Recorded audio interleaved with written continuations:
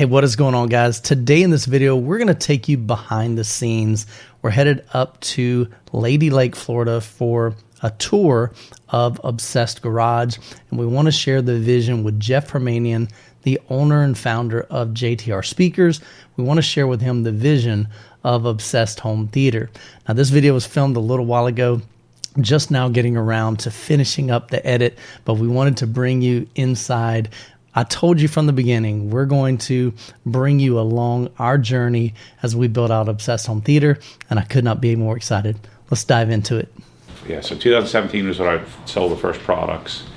In like February of 2017, my parents were doing the shipping out of their my house in Pennsylvania. So they had, t-shirts, they had quick disconnect fittings, and then we started doing pressure washers, right? So, but we were drop shipping the pressure washer, and then I came up with a Mosmatic gun, wand, foam cannon, and fittings. And that's, I was like, can you just kind of do this on the side, right? And I just, was just looking for a way to get them a little side income. And so I think I was paying them like $700 a month, which I couldn't really afford, but I was paying them $700 a month on the side to ship, these few things. I shipped my t-shirts up there because I was doing it in my kitchen. So I'm a Merrill Lynch financial advisor. I have like this real job. I'm managing hundreds of millions of dollars, and I'm in my kitchen Teflon taping, 1/4-inch quick disconnects. And they had come down maybe a few months later to visit. We kind of had this dream that they would move here and quit their jobs someday. And so I had pulled into, so right behind here, about a half a mile down the road, we were looking for a house for them, just kind of for fun. And we pulled into, because we went the wrong way, we pulled in to turn around in what became OGHQ down the street, and there was a sign. It was like a sign from God. It's like for lease. And I had like a little hobby garage that I had rented down by my Raymond James office. And I was like, man, I should move into here instead. And then someday maybe we could make that like our warehouse. And so fast forward a year later, they have my entire bedroom filled floor to ceiling with microfiber towels. And then the thing that broke I think the straw that broke the camel's back is I sent pressure washer hoses. And my parents had a gravel driveway. And so I sent 2 Gaylords of pressure washer hoses. Each weighs like, 25 pounds. And my dad, they couldn't like pallet jack. They just dropped it off in the front of the driveway. It was maybe like, 150 feet to the house. And this is like an 1,800 square foot house. And so my dad's carrying, 3, my 60-year-old dad's carrying, 2 pressure washers at a time. And he's like, we can't keep doing this. We need to figure something out. Plus, it's like a residential neighborhood, and I'm sending 18-wheelers into their neighborhood to drop off all this stuff. The other thing that did it for him is we had a wheel cleaner at the time that stunk up the whole block. It was all Nexet, Nexet Color Tech or whatever. And so I had rented that place. I put drywall in it, and I had 2,000 square feet of the 3,600. And so they quit their jobs, moved down. As they were moving down, I got fired from wealth management. Right? I didn't tell them for a little while until I got down here, because we all thought, there's no risk here because we have this business. I was selling a couple $1 million worth of stuff, right? Now I could pay them like a salary more than they were making in their jobs, and but I had my job, right? Mm-hmm. And I thought Obsessed Garage was my conduit to Obsessed Wealth Management. I just thought me referring people to towels, and it was really just providing the service that people needed, because I couldn't send links to the pressure washer and all the fittings. It was too complicated. And so I thought that was a service I could provide. It would be a nice little side gig to help pay my Porsche payment. But really the business was for me to get clients in wealth management. Because if they saw how smart I was talking about wax, that they would then say, this guy's pretty smart, let me hire him to manage the money. And so we had the little 2,000 square foot warehouse. We moved everything into there. I made a call out to the audience and said, hey, we're moving in. Anybody want to come and help? And I had people come from North Carolina. Mike came from San Francisco. I had people come from all over the country to come help me put shelves together. No money. I didn't buy their plane tickets. I didn't have any money to pay them. And so they came and helped us set up HQ. And so I think we did 18 million in the last year of 2,000 square feet. So there was a little entryway like this wide. Bryce was here, and I forget who the other kid we hired were here. They had to like stagger their desks because their chairs would hit each other. And so we just did it out of 2,000 square feet. So my studio, I had an L-shaped cabinet array where I made the videos, and I wanted all of the bottles turned out and taken out of boxes, which is really inefficient for shipping. And so there was a big row of shelving, and then they were shipping here. I'm shooting all my videos with my lift here, and you could hear the tape gun in the background going, and my parents doing, and Ted working there, and Chris was in the office kind of working on it. And so the warehouse part was so we did that, 16, 18 million out of really it was only maybe 1,000 square feet, because half of it was my video studio. And then my mom would have boxes all stacked up. We'd have to get them out of the way so I could shoot a video on, changing my seats in my M3. It's your personal garage, it's your studio, it's your warehouse, and your office HQ in 2,000 square feet. Yeah. And we had 10 employees in there, trying to make this work. And so the guy next door who owned the building, it was his little hobby garage. He's like, I got to get out of here. Otherwise, this guy's going to move. So I took over the whole building. He tried to sell it to me, but it was too much money. And then the lady behind retired. It was called the Yarn Building. She sold yarn, and then I got that building. So at 3,600 and then 3,200. And then we took all the humans, and we took my studio and put it in there. So we get studio in the 2,000, then moved the studio into the extra 1,600, then moved the studio into the Yarn Building. And then I bought a building up on 42, which is like 3 miles away, and I moved my dad up there to start. I'll show you where we started building hoses and manufacturing stuff, bottling stuff. That was 5,000 square feet, and so I bought that building. So leasing the two, bought that building. We were doing okay, and then November of last year, my friend Bryn called me. Felt like I was broke. It's pre-Black Friday when I'm buying inventory. I don't have any money. Same time as it is now. Yeah, right. I'm out of money again. Every year this kind of happens, and I'm feeling broke. And he calls me and says, Matt, you know that building you looked at, which is this one a couple of years ago that was for sale for like $7 million? What if we wanted to get rid of it? His wife was the CEO of the bank. She was trying to get it off the books. What I didn't know is they were trying to clean it up for the new CEO. She was about to retire, and so they wanted it off the books that year, and my heart sank. I knew I needed to do it, but I also knew I didn't have the money to do it, and so we figured out how to make it happen. The bank, we had a great Black Friday, and I was feeling rich again. Was able to put the down payment down, get everything done, negotiate to do the parking lots. We got a brand new parking lot. We were going to negotiate to get the air conditioning fixed. We got the air conditioning fixed, and then the last thing is the roof, which I'm going to kick that can down the road.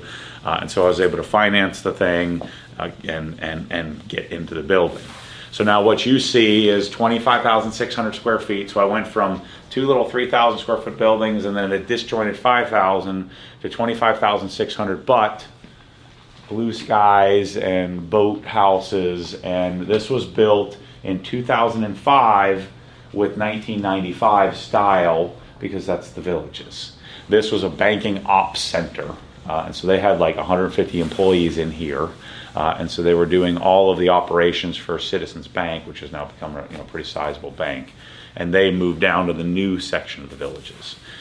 So my original plan here was to make this amazing showroom masterpiece where I had my studio, I had my employees, all the warehousing. But things have changed quite a bit since people have watched me, give the tour before. This will probably still become some sort of reception or some sort of entry area, but this entire building is going to become just a big old warehouse where we're doing bottling, light manufacturing, and then shipping and receiving.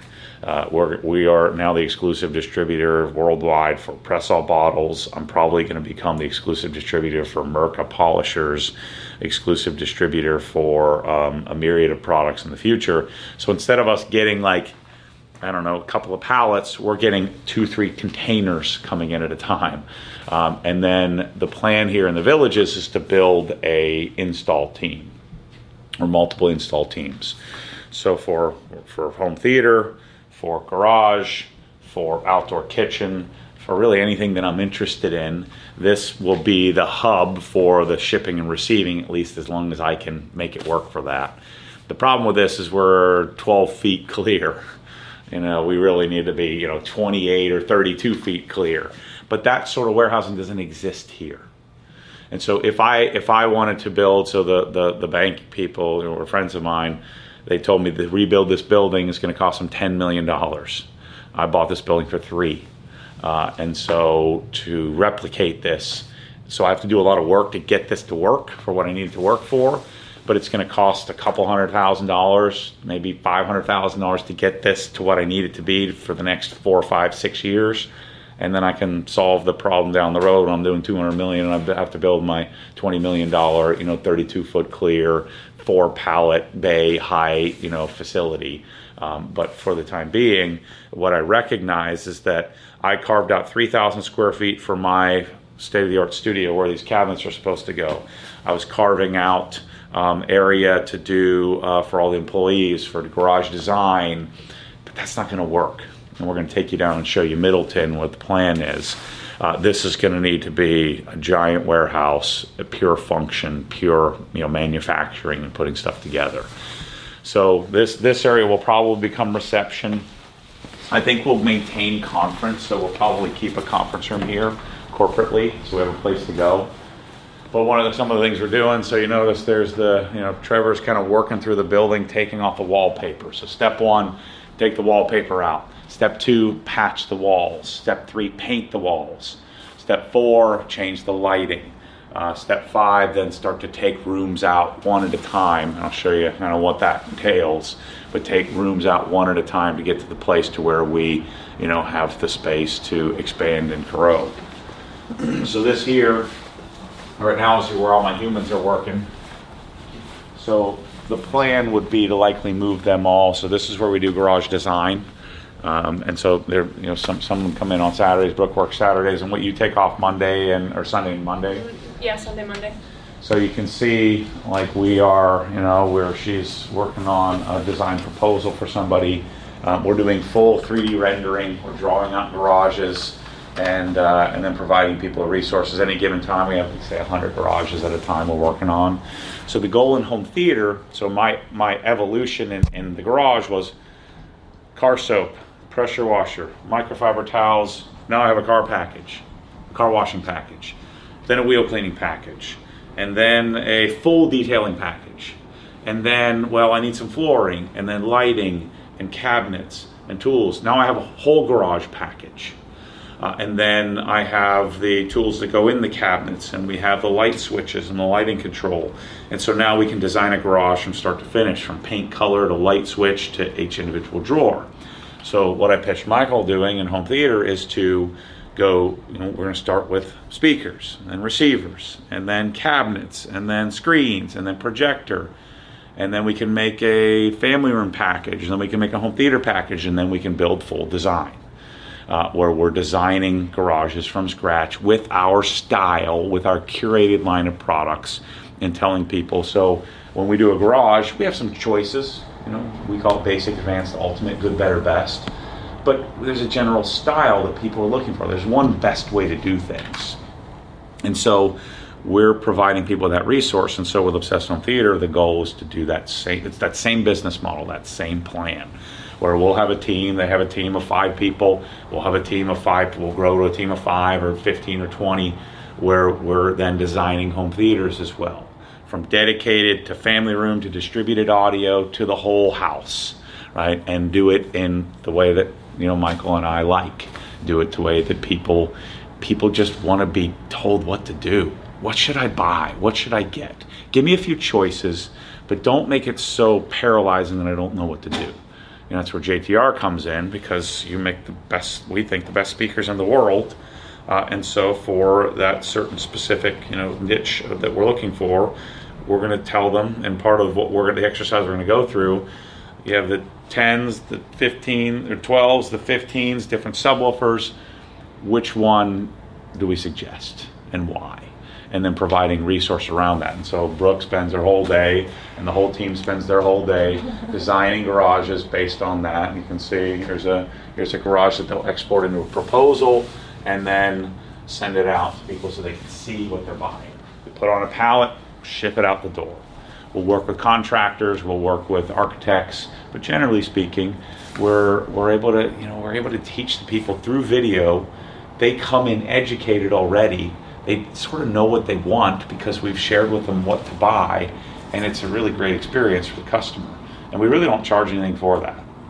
So these guys will spend 20, 30 hours on someone's garage, and what we ask is that they pay retail price and buy the stuff from us.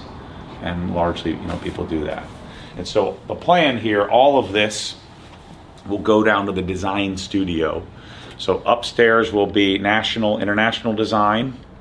Downstairs will be local design, is the plan, or local showroom. And so this will likely exit here, but this will probably become purchasing. This will probably become technical support's main hub. So to deal with the warehouse support. So what we're going to do is the company's going to separate, and by the way, we're just kind of bolting on home theater into that same, and we have a lot of redundancy of labor where we won't need two purchasers. We have purchasing for the obsessed entities, if you will. And so the plan is to take Obsessed Home Theater, bolt it onto that same infrastructure, which is what we're doing now. We're starting with nothing. And so we have to leverage, we're leveraging the web team, we're leveraging the product development team, we're leveraging the technical support team that already exists at Obsessed Garage, and Rusty's here training them up on what they would need to know about this new product. And they're so used to me, all right, we're gonna do outdoor kitchens. Like, what does that have to do with the garage? All right, we're doing Lutron Raw 2. All right, we're gonna do kitchen sinks, and I just had them meet with Penville Cabinets, to learn how to quote kitchen cabinets, because we're talking about the whole obsessed entity, which is the house. That obsession doesn't get to stop at the garage. Plus, I want to continue to pursue. The garage is easy now, and we'll tweak the garage. As we discover little things. But I went to SEMA, and I felt like I was done in the first day because I know it all, But that pursuit has been, 40 years in the making. Home theater, it's kind of weird because I pursued it most of my young life till my mid-20s. I've always been kind of dabbling in it. And so Michael's been in it 100%. And so we kind of come together. And the thing that invigorates me is now I get to use the same model that I've built, bolt on one of my other passions, and then bring my friends with me to do it together. And I think that's where the magic can happen. So the plan. Did you show him the rendering for the design center? It's completely different, so it doesn't even count. Okay, all right, never mind. I'll have to share with you the vision because I'm completely redoing it. Okay. When we go down there, I'll show you what I'm planning. All right. So the design center was going to be 4,400 square feet. Now it's going to be 13,000. So that's the plan. So down here, this is where I think we'll probably this will be a good showroom for us in the future. You can see we have pressure washers, dry ice machines. There's probably, I don't know, $600,000 worth of stuff in that room right there, which is wild to think. And then we have a free fridge that somebody donated and a hot dog maker, so I'm not doing a good job of taking care of my employees. I've done my best to sort of explain to them, share the vision that we have to build the inventory, we have to build the case, we have to build the revenue before we can then build the facility. The facility doesn't generate anything for us. I want this to be a state-of-the-art, beautiful facility. Right now, I'm just happy to have enough room to put stuff. Because for years we didn't have any room to put anything. I had stuff stored at my house in the shed, And so now we have enough room to put stuff. That was step one. Step two, you can see, where Trevor's working on pulling the wallpaper off. And we might be wasting our time there because this wall probably won't exist. So, but we're going to kind of try to make it, again, paint the walls, change the lights, change the flooring, then start to tear the darn thing out. the Obsessed Garage wasn't like some business plan. I sat down and said, let me make this business plan. I'm going to have a 25,000 square foot building. We're going to make pressure washer hose. I had no intention. In fact, I fought it the whole way. I wanted to call it that'sjunk.com was the original plan for the website because, nothing I do is junk. And so, but I couldn't get that URL, so Obsessed Garage was my next choice. And so there was no plan for any of this. And so I just shared my life on camera, set the camera up. It was therapy for me to set it up and talk to it. Because I had to learn how to do what I'm doing with you right now. I didn't know how to do this. And so the methodology here with Michael and Obsessed Home Theater is to do, it worked. Why wouldn't we try the same thing? He has a very similar, relationship with the people that are watching him. I hate using that word audience, fans, so family, yeah. I don't like it. Yeah, they're just people. I want to build a demo room here so that we can set things up, test, like when you've generously provided those 210 HTs, we don't have a good place to set them up right now. So I need a decent place that until the design center is going to be for us probably 2 years down the road because there's a lot to invest. I mean, they're still building out sheetrock walls right now. So getting to the point where there's a home theater, like full demo rooms and full everything, it's probably going to be $1 million+ and a ton of work. We're just getting started. So I want to take one of these rooms and convert it into a multi-purpose studio / demo room / anything else we need to, laboratory, so we can, when you send a new pair of speakers, we can set it up, test it, document it, make content, photograph it, and we'll show you the photo studio. That's coming along really well. So I started this thing, like I told you, by accident. So in 2014, I was diagnosed with obsessive compulsive disorder. I couldn't eat, couldn't go to the office, couldn't drive, couldn't function. And so I met this goofy therapist, and he said, I think you need to make some friends. And so that's when I started making videos. I just set the camera up and started talking to it, and I felt like it helped me. And what I wanted to show you, the story of this, I know the garage stuff doesn't apply to home theater stuff, but it's the same evolution. In home theater, you have all parts and pieces that make up the ecosystem, right? There's all these individuals, there's interconnects, there's furniture, there's all the parts and pieces that go into it. But if you think about it, if we're building the infrastructure, products to provide a resource, we have to do it one thing at a time, and so we have to go through speakers, we have to go through receivers, we have to go through interconnects. It's the same thing here. I can't take care of my car in my garage. I need a garden hose, I need a pressure washer hose, I need the fittings, but then how do I put the hose together?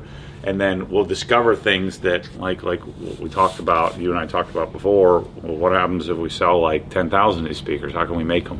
We'll have to respond to that. We'll have to respond to the production of that. And so this is an example of what I had to do there. So COVID happens, can't get pressure washer hose. I'm obsessed with this providing people with the resource. Now that's my new thing, right? So started out as just setting up the camera. Think I'm going to get clients in wealth management. Then I launched the pressure washer and sold $1 million worth of pressure washer. I'm like, wow, this is crazy. And then the whole detailing line, and then the whole garage, and then started to discover, well, I'm creating a need for this stuff, but now we can't get it. It's unavailable, especially with supply chain issues. And so I've had to respond with things like I had to buy 250,000 feet of hose. That was the minimum, because all these companies are so used to, selling commercially, and it's a commercial product they made a concession to sell me 250,000 feet, and I had to pay extra to buy 250,000 feet because they're used to selling, 2 truckloads. I'm like, I can't afford this building. I'm like, where am I going to put it? I don't have anywhere to put it, but I had to do it. And so then we had to figure out, well, how do we make it? And so I don't know how to do any of this. So we had to get crimpers, and my dad had to figure it out. Then how do you wrap? How do you make the hose like this? How do you do that? This is how the hose would show up to us. So how do we crimp it? And then we couldn't get bend restrictors. And where do you get bend restrictors? And this is kind of the story of obsession, right? Of answering those questions. But now we have, I think, the best pressure washer hose in the world. We have the best garden hose in the world. You know, the best available garden hose, and it's sourcing the best products. And so I think we're going to have the best home theater in the world by sourcing things that and answering the question for people. You know, Matt, what would you buy? Michael, what would you buy? And so, you know, that's the answer that we're hoping to do here. And so that's what all this stuff is. Question.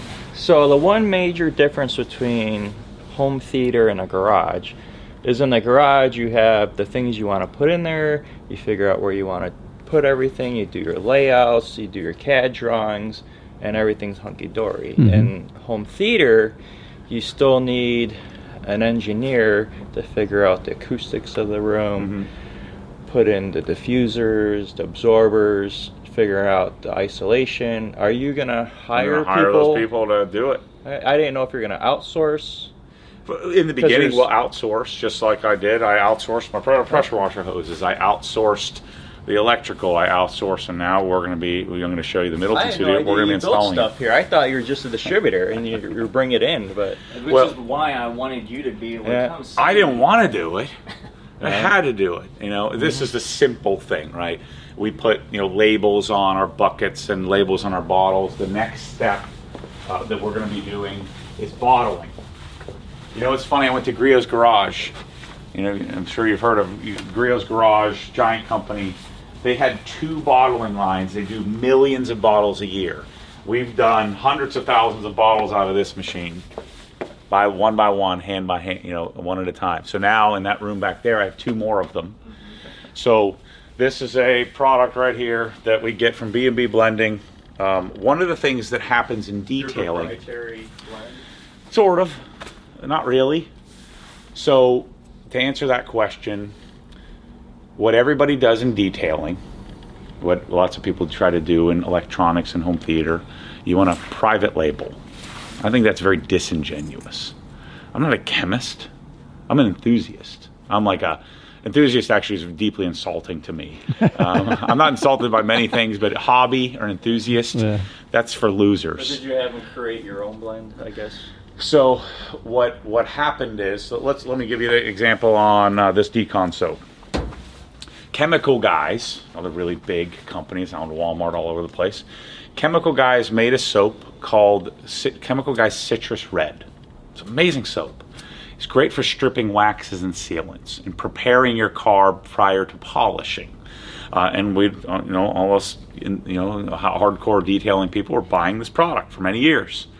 And then I turned lots of people onto the product. Well, Chemical Guys discontinued the product. So I called Chemical Guys and said, hey, I don't think this needs to exist. Can you make this for me again? They said, sure, we'll make it for you, Matt. But you got to buy it in drums. Now, again, I had 2,000 square feet. We had a hand pump.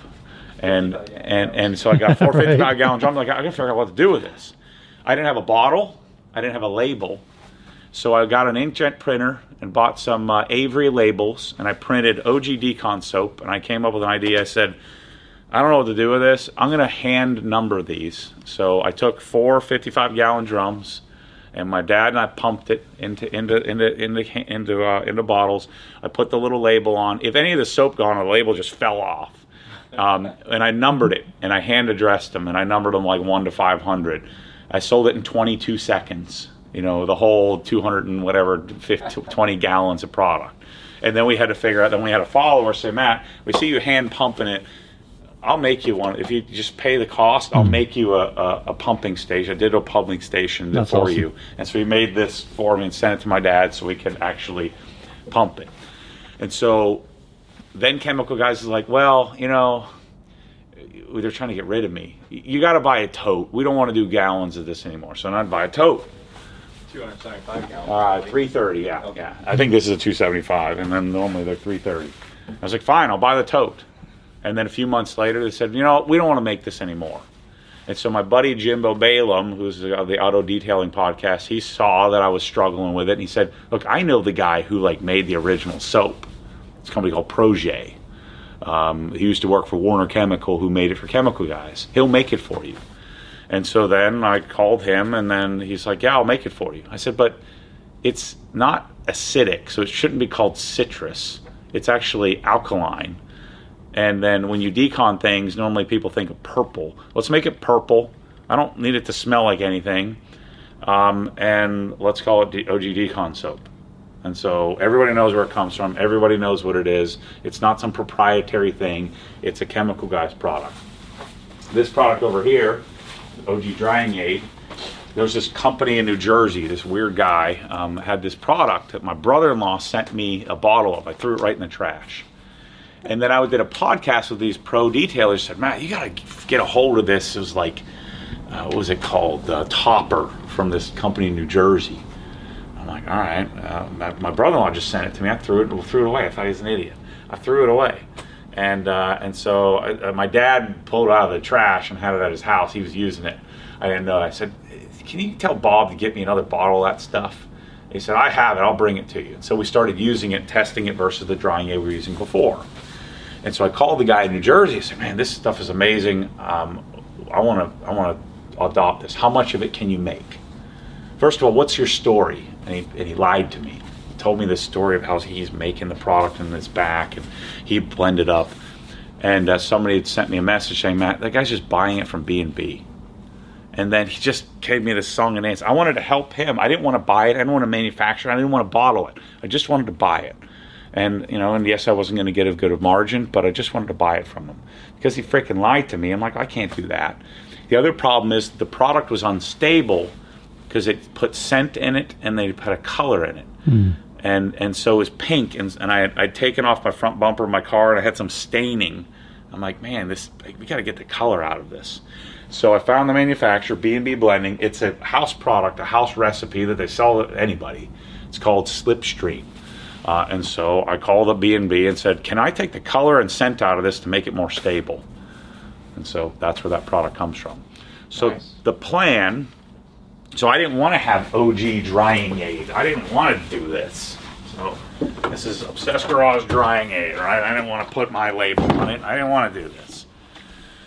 But I had to, because this is the best product in the world for the task that it does. And so what most detailers would do, or somebody in my position, is they would just go make their own product line.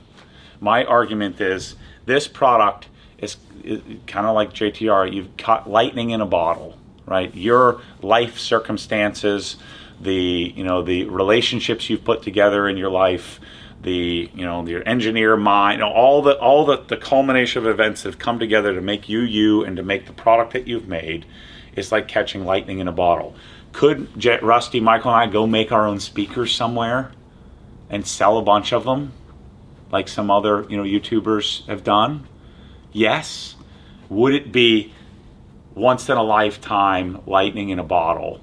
And that's what everything Obsessed Garage has. That's what everything Obsessed Home Theater will be, is the curation of the best products in the world. And so if you come back here and take a peek, I've lined up and had the conversation. So this is what the whole building is going to look like.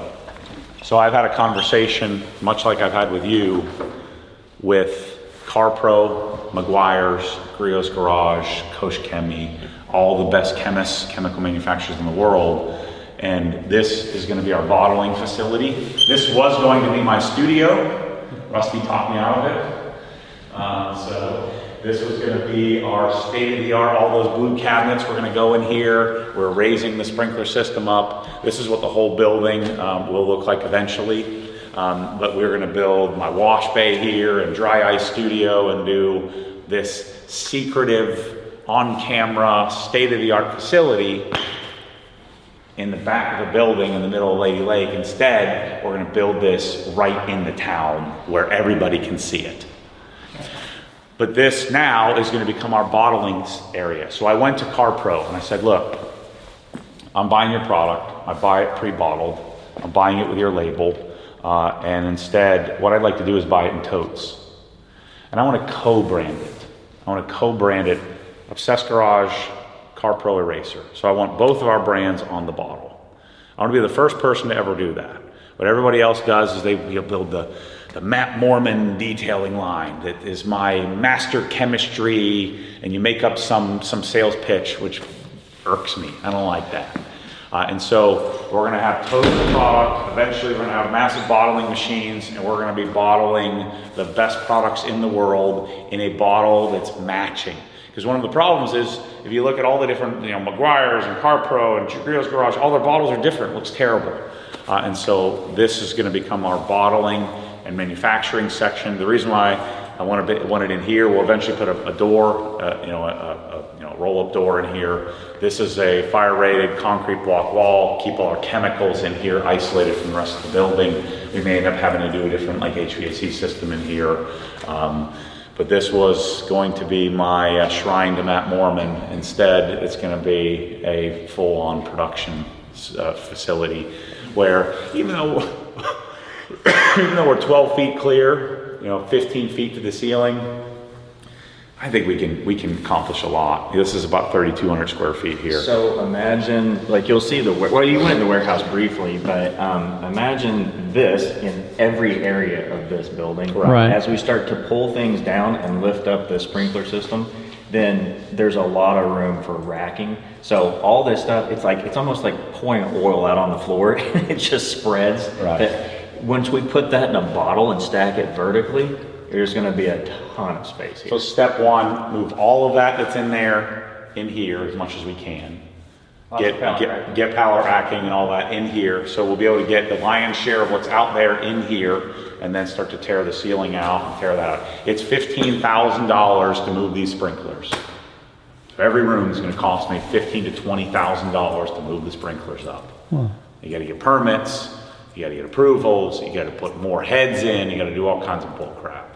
But it cost me almost nothing, a few $100s to gut this with my team. Well, minus the salaries that I'm paying people to do it. But right. There's a lot of redundancy there in that I've got labor that's standing around looking for something to do, and Yeah. so I can have them come in and descend upon the place. So next step is scrape the floor. I don't even think I'm going to paint the ceiling now. I'm just going to leave it alone. We got to get the ducting spread and then put lighting in. We're good to go. I already have the lights. I'm going to put the lights in. Good to go. We're just waiting on the sprinklers to get done.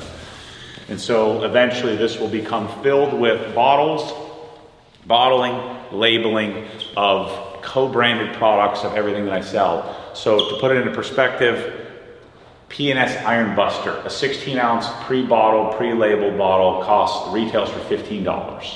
I buy it for, say, $7. If I buy a tote and I put it in my own bottle, the equivalent cost is going to be like $2.50 or $3. That's only $4 difference, but when you spread that over, hundreds of thousands of bottles, that gives me the margin I need to go out and build a dealer network as well, right? So that way I can sell wholesale. Not so much to other detailers, but to the rest of the world that is interested in what I have to say. So, like the best BMW tuners, the best Porsche retailers, they're not in detailing. They just want a car care line that they can fall back on, and I'm the spokesperson for that. And so it affords me the ability to, capture, a bit more margin. And then we also have developed, I think, the best bottle and sprayer in the world I've been working on for many years. And so we're going to put the best product in the best bottle with matching labels that's all co-branded and just something different.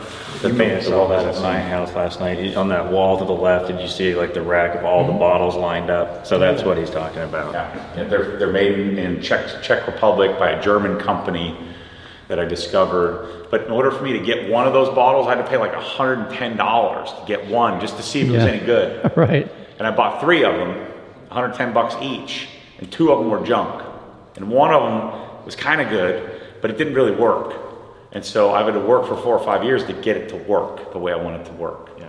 The labels wouldn't stick. The product would seep through the bottle. The heads would corrode. The tips would fail. These are all discoveries I've had to make along the way. But what I did with the customer base, I made a video. I said, look, I think I found the best bottle in the world, but I'm pretty sure it's not going to work right. I'm going to import these. No warranties, no returns, no complaining. But I'm going to bring them in. I need you to buy them because the Germans, they're not going to want to fix it. They've already spent $1 million building the mold and creating the spray head. They don't want to spend any more money on this. I need to prove to them that people will buy this bottle. And so the audience said, sure, we'll do it. And only a few people complained. Well, didn't they also argue that no individual is going to pay $20 for a plastic bottle, or whatever it is, 18? Right. And they said no, only commercial is going to be interested in this. So they didn't believe that people are crazy enough to pay that much for a bottle. And so that's been the whole business proposition is, why are we doing things kind of like with America, right? Why are we doing things status quo that isn't working? Why don't we do something different?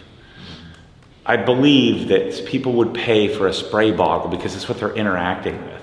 If you're putting a great product in a crappy bottle, I think people would pay 10, 15 bucks more to have a better user experience with everything. And so anyway, this will become bottling, this will become manufacturing, this will become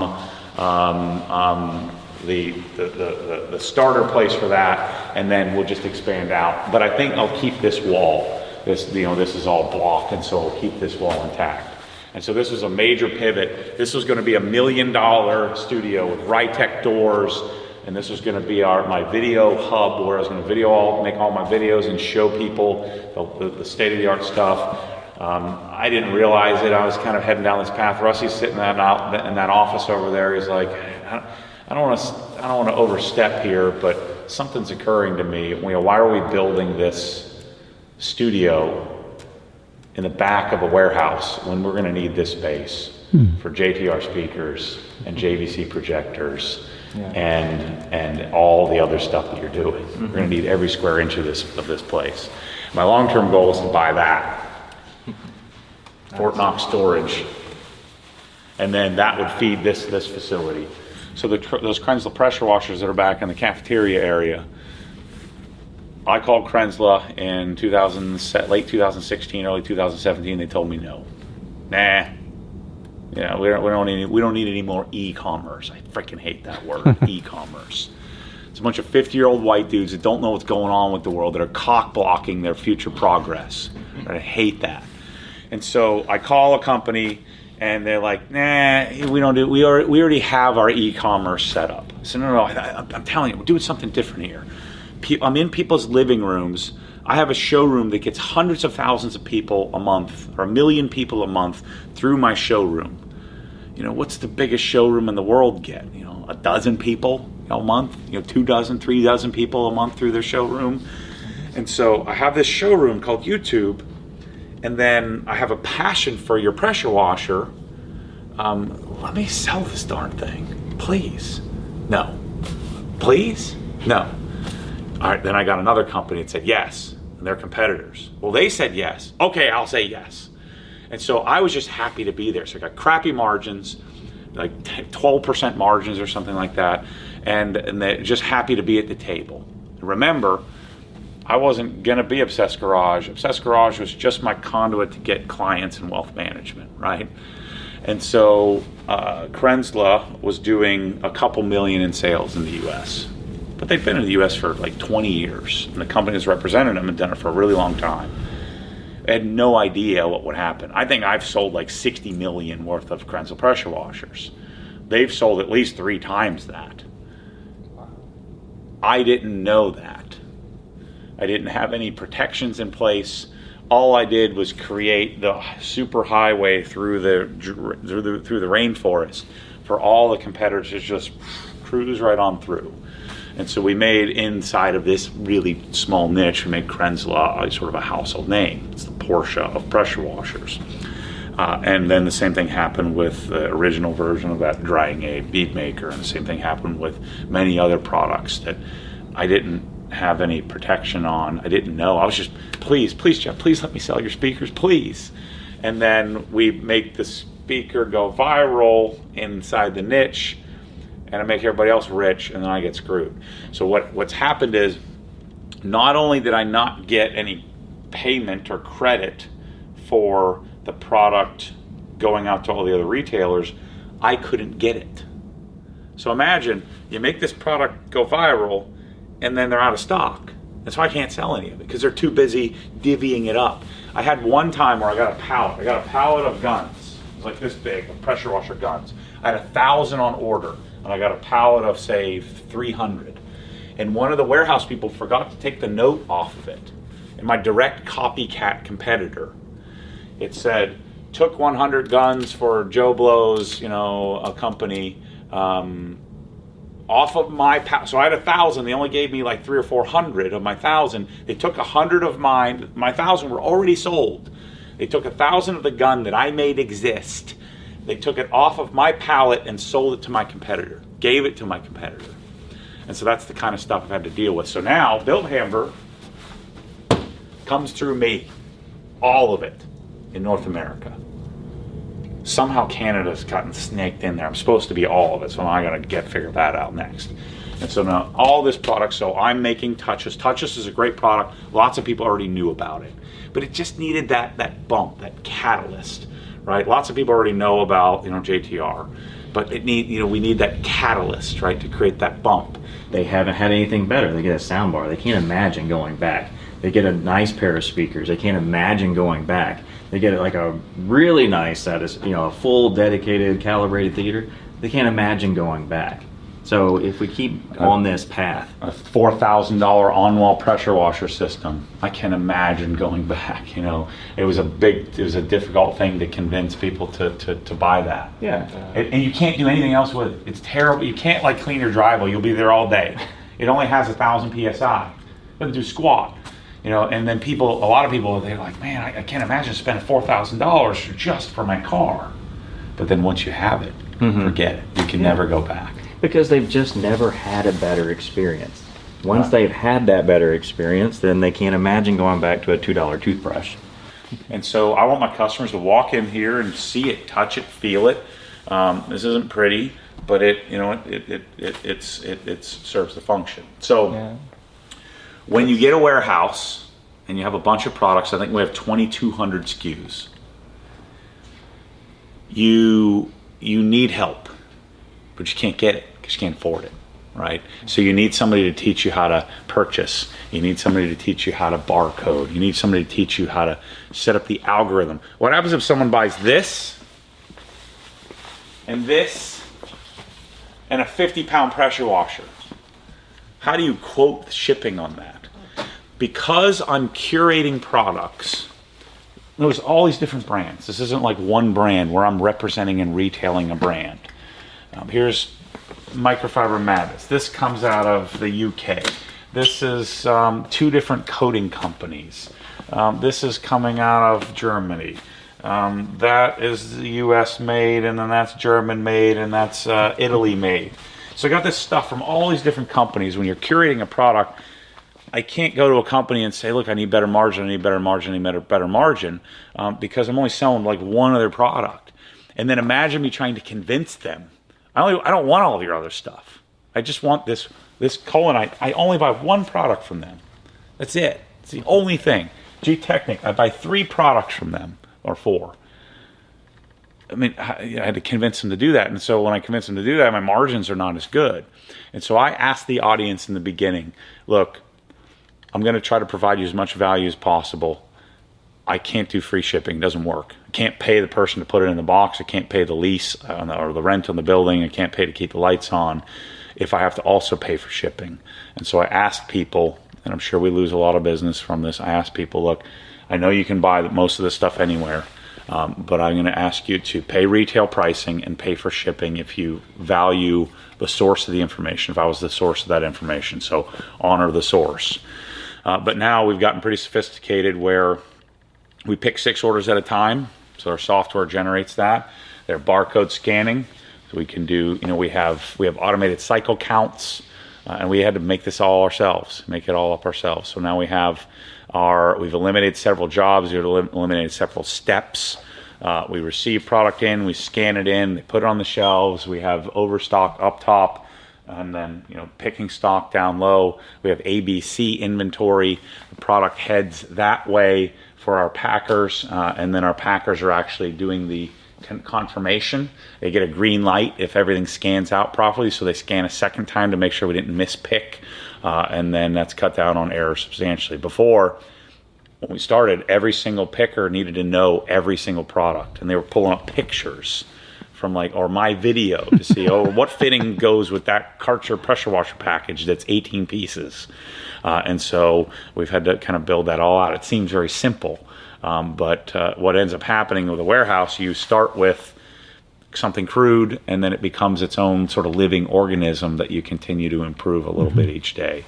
And so now we have a software from a company called the POSCO that then feeds and communicates with Shopify and UPS and USPS.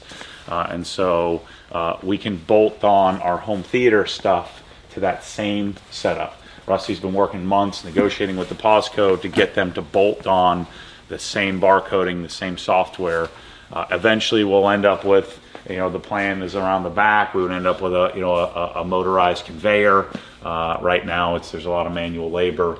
They'll pick on a cart like this, they'll drop it off here, and then pickers will grab it and then pick on our uplift desks that are height adjustable. And so we have 3 or 4 pickers, 3 or 4 packers, and my mom runs this warehouse here. She runs a tight ship, and so the receiving comes in this door, the outgoing goes out this door, and the receiving comes in the other door. And this is about 5,000 square feet. The first step of the warehouse expansion will be to go that way. So we can add another 6,000 square feet going that way, and then we add another 15,000 square feet going that way.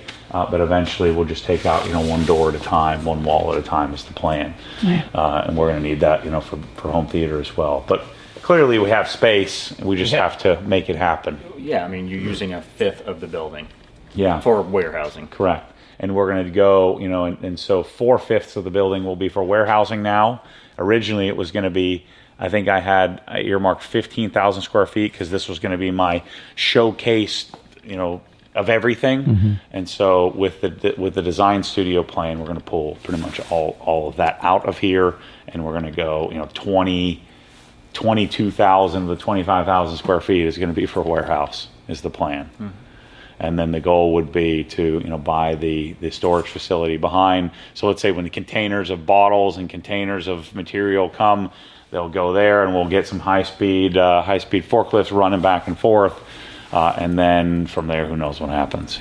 Maybe I again build some 200,000 square foot Amazon warehouse somewhere else. Yeah. Automated floor. Those things are yeah. I don't have the capacity, I guess, to handle 30 employees. Like if I got to that size, I'd have to hire like a manager because I just not interested in the managerial. Sure. That's where maybe we can work together to help with that, because I do. That's what I'm born to do. And or Rusty, have Rusty's born to do that, and so that's why we're working together here. But my goal long term is when let's say you're a customer or you're a vendor or you're coming to tour this facility, we're going to have a state-of-the-art, beautiful, like there won't be boxes, we'll have everything. Look like a paint booth, like white walled. And right, yeah. Dialed in. We're doing gray on these 3. That one will be black. And then we'll have like a sweet desk set up with a TV. We'll do tethered capture. Like we're going to go to you'll come in here and you're like, whoa, we can't, this carpet will be, gone. So it's going to be really sweet. But he's coming in on Saturday just to invest in making this a better space to photograph. So it's not just somebody doing it because they have to. He wants it to be involved in it. Just to take photos of cool products. I think that's the key, is have people that are passionate about the stuff you're doing. Absolutely. So remember I told you, we need employees, all we got to do is make a video. And Nick was a follower. He moved from Louisiana to come here to work, and all the people that are here generally come from watching videos, and they showed up. And that's the type of people you want to surround yourself with. The people that love this, that are obsessed with it, that get it. Because they're going to do a much better job than just hiring the technically better person, because they see the vision of the business. They see the business, the vision of what we're wanting to accomplish through Obsessed Home Theater. And I'm like Nick didn't know how to take photos. He's fall in love with it. It's way better than I'm going to hire this established photographer that I'm going to pay $1 zillion for it. It really doesn't know how to do anything from scratch. To just know how to do whatever they, whatever their business they're in. So I'm a much bigger proponent. Let's give somebody an opportunity to then create it and build it from scratch and then grow into it. Has been my philosophy. That plan was I was just going to do this first level. So this will be our entry. The garage wall is going to go from here out 28 feet. And then we'll go to that wall there. So we'll have a giant, like 50-foot long garage with all those blue cabinets and everything in. And so we'll have garage doors. So all this will come out. The reason why it's built is because this was going to be all the sales center, but they carved this out for me. And they're allowing me to put garage door here. Wouldn't you want to have the cabinets here and like the car here in front of the garage door? So the garage door is there, cabinets are along this back wall. Yeah, so they walk by and they see it all. Yep. Correct.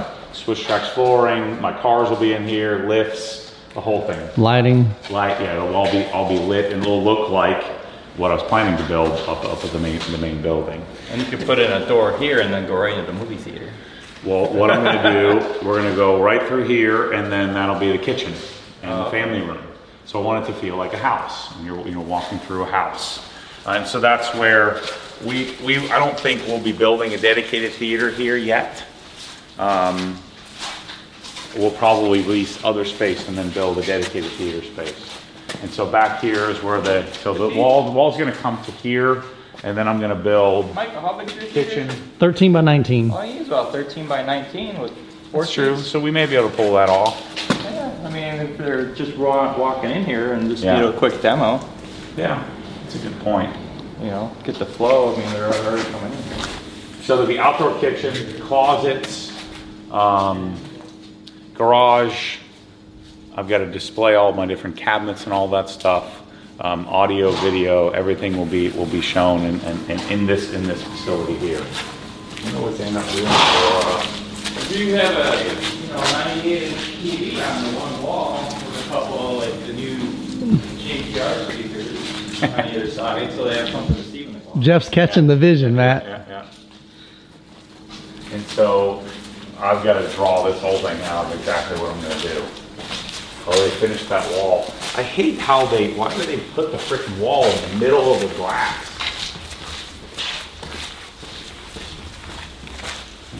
See, that's so stupid. Let's see what Brendan's telling me about. Are you leaving all these walls in place? No, I'm going to have to come out now.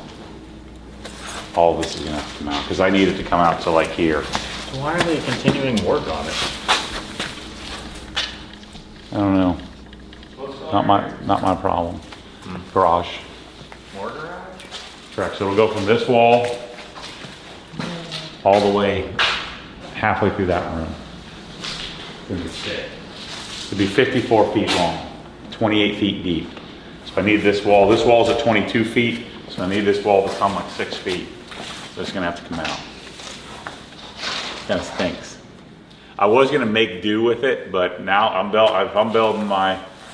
It's gonna cost me 20 grand to swap. So I'm gonna be into this for $1 million. What's another 20 G's? Let's do it right. Yep. You got to see upstairs. What were you asking, Jeff? And then past on this side of it is going to be the home side, right? Right. So this will be home, outdoor kitchen.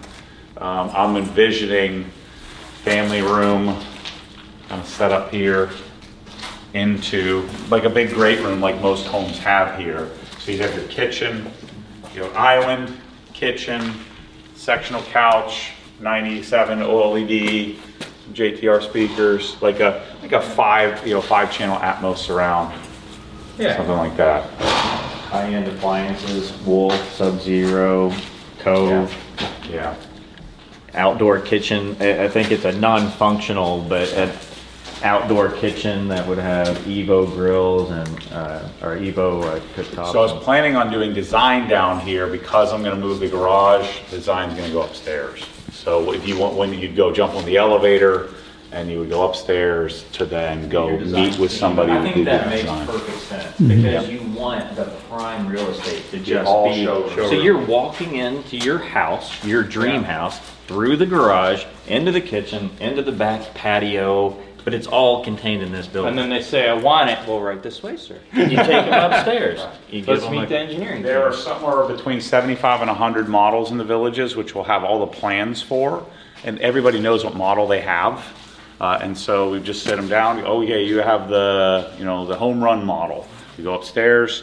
Here's, you know, here's good, better, best, and we can pull right up on screen. So all It's of already it. pre-designed for that garage. Correct. And Yeah. we can change the color, we can change the size, we can adjust it from there. But you know, we can have an hour-long design appointment and design a $35,000 garage. You know, in an hour. When we first in bedroom A here, which really cool the theater, you put this acoustic panel over that window, Right. put the home theater seating here.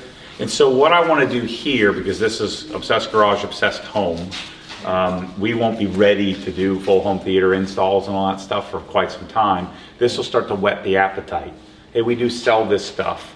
And then my vision would be, we would then, you know, lease the building next door and build Obsessed Home Theater, and we'd walk them over to there, you know. And But you there could sub out the are install for now. they are 6. This is, I think, the 6th or 7th town square, and so the vision would be to have, you know, showrooms in all the town squares. I mean, if you want to get going sooner, you could just sub out the install. we could, yeah. Sell the equipment, sub the install, and So then I'll make it a vetted person now. So I'm going to remove all. So I'm going to need more room for display because I pitched Wolf Sub-Zero. I'm about becoming a Wolf Sub-Zero dealer as well for the area, and so we're going to have this whole 8,000 square feet up here to work with. We could easily build a home theater up here. We just need to do it above this side because otherwise we'd be disturbing the. Yep. I don't know what the heck they're, what are they building up here?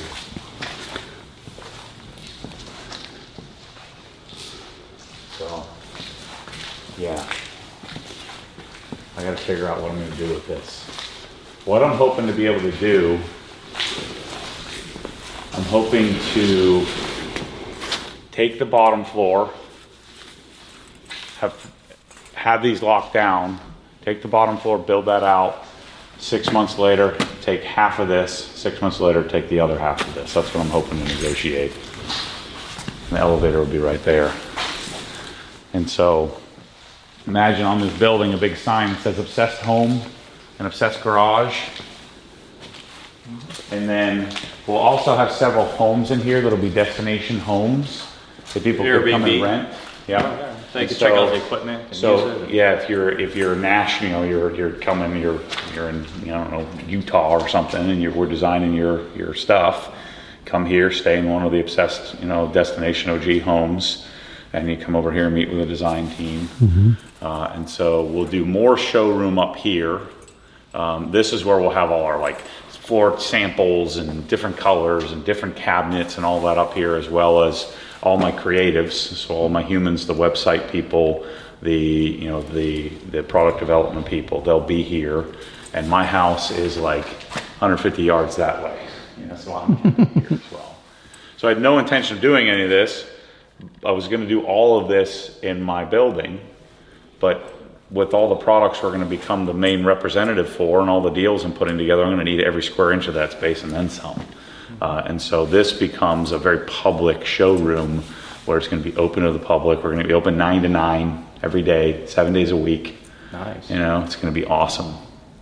All the restaurants that are in here, and this will be the, you know, proof of concept that if this works, then I may build another, you know, flagship. I may end up building like a flagship Wolf Sub-Zero showroom, you know, and have that.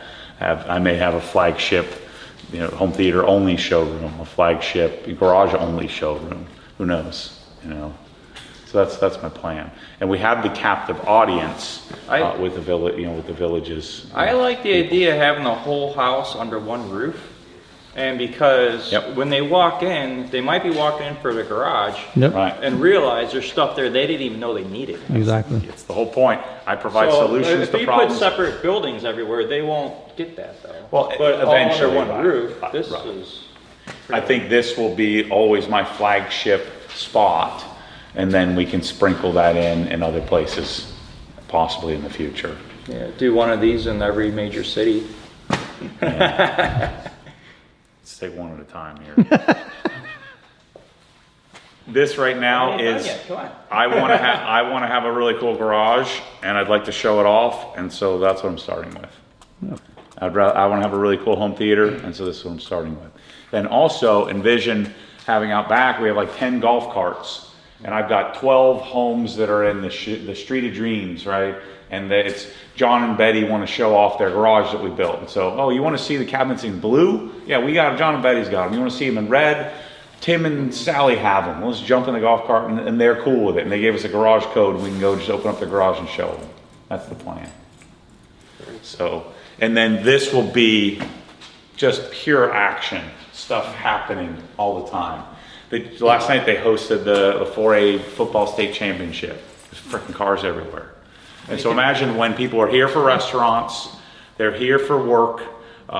This also is behind, in the backside of Middleton, right back here, is all of the villages, all the people who build the villages. So all the well-paid, affluent village people that take care of this whole community. That's what is it, like 25 square miles or something like that. They all work right back there. So we'll be buddies with them. The sales center will be buttering up all the sales agents. All the realtors. We'll be buddies with them. The restaurant next door is called The Varsity, and next to that is Four Rivers Barbecue Place. We'll be buddies with them. They'll cater all of our stuff. We're gonna have, I don't know, maybe host like the football boosters. We'll host them in our kitchen here. That's gonna be the tricky part, is getting them to approve a functioning kitchen. That's my next thing I've got to tackle, because that creates all kinds of commercial fire suppression issues and all that stuff. You're back where you're at right now with the fire suppression. Right, permits. right.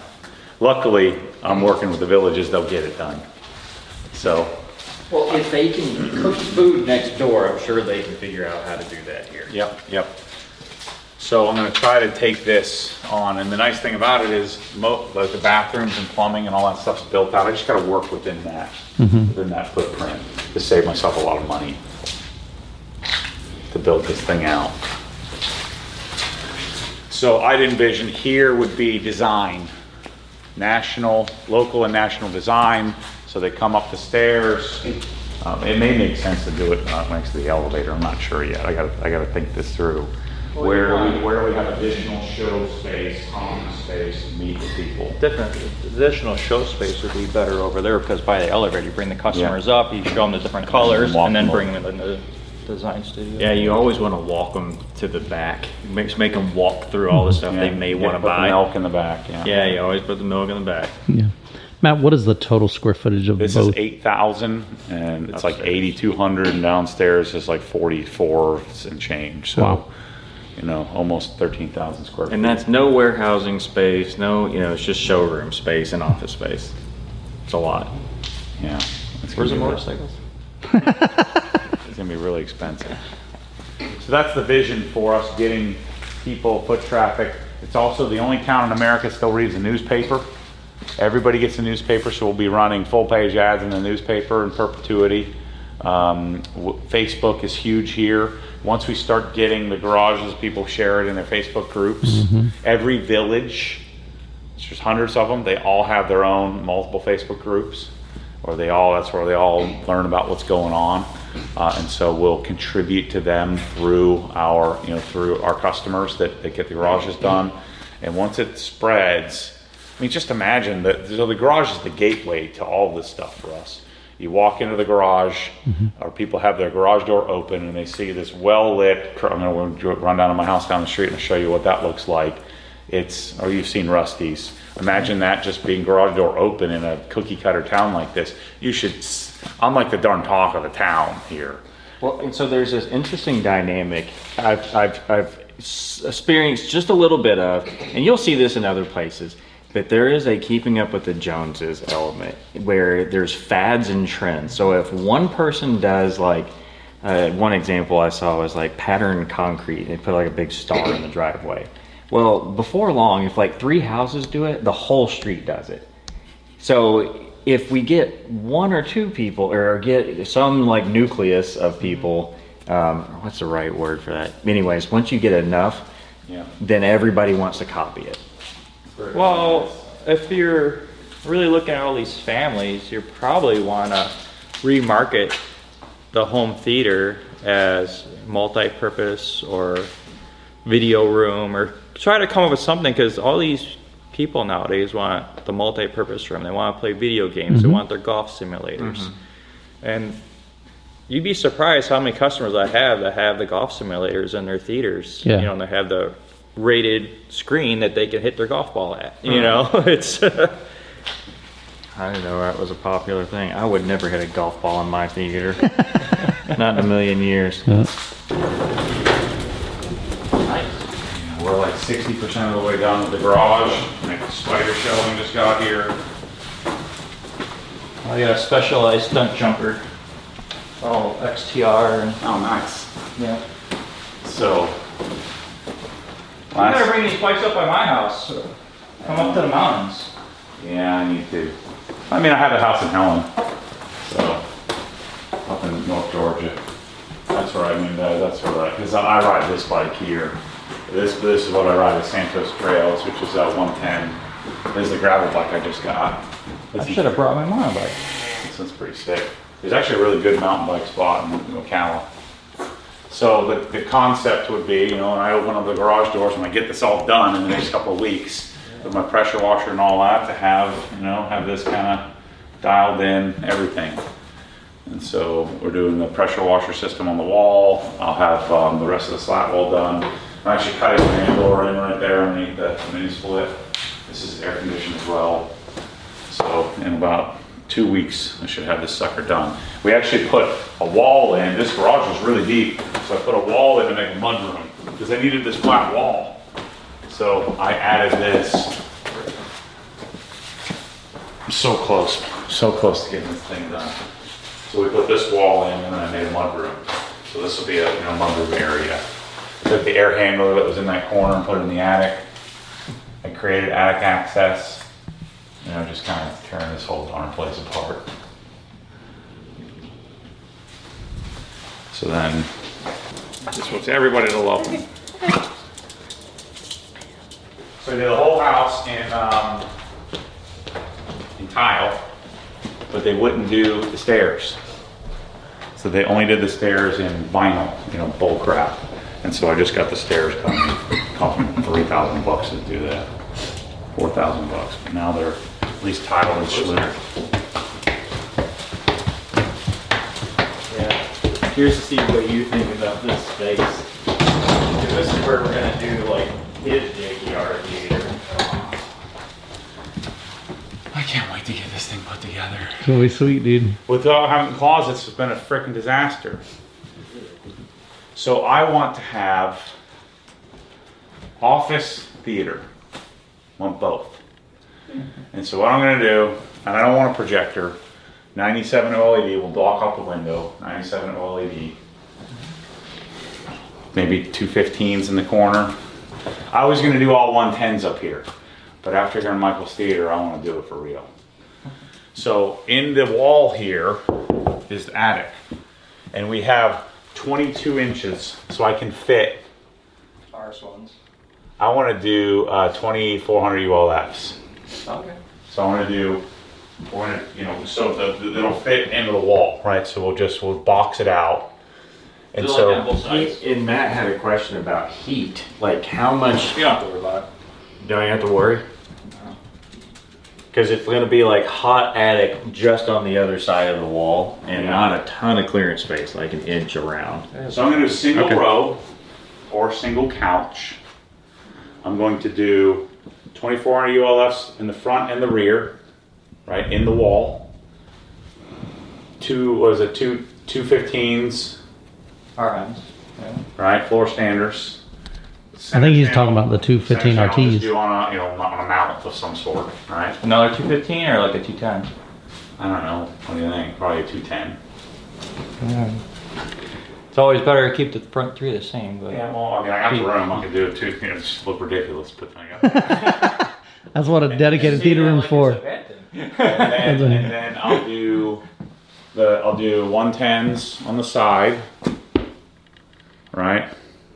And then I'll have to do my Atmos on the weird, you know, angle. But I wanted to do the RTJ in walls for my Atmos. Yeah. And Most, then, you should have probably 10-inch studs up there if that's the roof above it, right? they are, oh yeah, it's open cavity. Oh, okay. Yeah, so I got plenty of room to do it in ceiling. I would just do that in walls, sides, and ceiling. Yeah, Because this room's so narrow. and then I'll have to do the wedges as my 7 channel, 6 and 7 channel on the ceiling, sort of pointing back this way. That's my plan. You could probably just do all in ceilings. They have 90 degrees. So, And just do 3 basically. So are you thinking about putting your surrounds on the ceiling? Or are you going to put your surrounds like, So my side surrounds will go on the wall. you bet your rear But surrounds? my rear surrounds, I can't go on the back wall there. And I don't really want to have speaker stands in the way because I'm going to have my desk set up. oh, it'll be fine. Like right about where you're standing. So, there, and then. Okay. So it wouldn't be bad on, the only thing, this would be kind of sticking out on this side. That's why I have in-wall. Yeah. Oh, yeah. Well, then you don't have to worry about it. I was thinking, So 8 in-walls. if there was a way to mount your TV off the wall like 15 inches to where it would be up flush with the front of the speaker, it'd look better than having that like deep tunnel. I don't know of a mount that does that, but I constructed something like that once before. So you decided to turn it back around, I'm glad. Yeah. Because at one point you were... All this furniture's got to go. I'm just going to have to get a single, triple row of Valencia, I guess. Or something. Or just do the single couch. You got your napping couch. Yeah, that's what I want. I want to be able to, when I'm over there, just be able to. My monitor's going to turn, so my monitor will be on the side wall there, so that way I can turn and watch TV, and then when I get tired, I can lay down and watch something. Watch my eyelids. But this is for me. No one else cares. They're plenty happy. The rest of the family being down there. Yeah. This is like a dedicated shoot. I really thought about putting one seat right in the middle. That's why I wanted one couch. It's a terrible room, but I think we can make it cool. Jeff, You'll probably want to talk to GIK and have like a custom really for big sure. panel back there, Yep. corner traps, Yep. Do as much on the front walls as I have room for. and the ceiling. Probably do some Wow. cool looking. You could do like your logo Yep. in the ceiling, Yep. like 4 of them. I gotta get some more light in here too for my. We could talk to GIK and have acoustic panels made into your logo Yeah. and sell Yeah, those. walls, yeah. that would be kind of cool. Yep, that's part of the plan. You know the GIK guys well? Sure, yeah. Done a couple shows with them. So that's the plan. But the coolest part is going to be the in-wall subwoofers. And 4 of them. And you don't see them. Right, yeah. I just don't think of doing like 4,000 ULFs. I mean, if I do 4 2400s in this size room, You'd be all right. I'm going to be running with Man. volume level 2. Well, y'all ready to go eat? Let's do it. Yeah.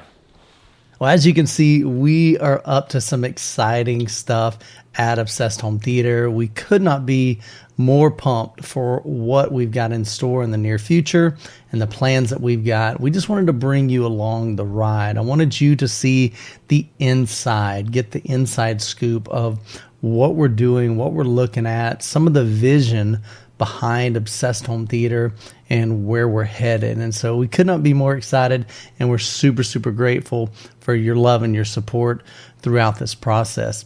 So you can check out all the details on obsessedhometheater.com. We love your support, and we can't wait to see the next chapter of where this leads. Hopefully you guys have a great week. God bless, and I'll catch you in the next video.